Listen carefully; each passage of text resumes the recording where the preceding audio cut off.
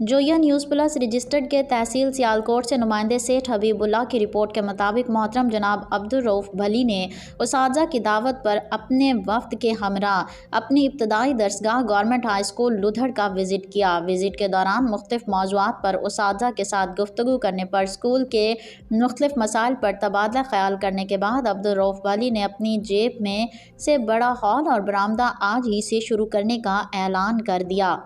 अल्लाह करीम उनके लिए किए गए वादे को तकमील के आखिरी मराहिल तक कामयाबी से हिमकिनार फरमाए और उनके इस अतिये को कबूल फरमा कर उनके वालिदैन के लिए सदका जारिया बनाए, आमीन। तमाम उसातिज़ा कराम ने बच्चों को सख्त सर्दी से बचाने के लिए बड़े हॉल की तामीर शुरू करवाने पर भली साहब का शुक्रिया अदा किया। स्कूल का विज़िट करने वालों में चौधरी शकील साही, चौधरी ज़रियाब बाजवा, चौधरी अली जमील, इरफान बागड़ी और Seth Habibullah senior vice chairman अगेगा सियालकोट शामिल थे।